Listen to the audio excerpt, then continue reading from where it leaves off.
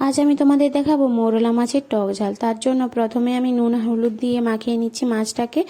দিয়ে কড়াইতে একটু তেল দিয়ে দিলাম। গরম হয়ে গেলে ওই খুন্তির সাহায্যে কড়াইতে চারপাশে তেলটা বুলিয়ে নেব, যাতে মাছগুলো পরবর্তীকালে ভেঙে না যায়।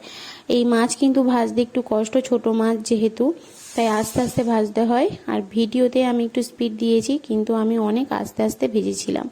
তো ভালোভাবে মাছগুলোকে আস্তে আস্তে করে উল্টে নেব। তারপর মাছগুলো ভাজা হয়ে গেলে একটা প্লেটে তুলে রেখে দেব। তারপর ওই কড়াইতেই আমি আবার একটু তেল দিয়ে দেব। তারপর সর্ষে বাটা দিয়ে ওখানে একটু বাটিতে জল দিয়ে দিলাম। জল দিয়ে কড়াইতে তেলে দিয়ে দিলাম।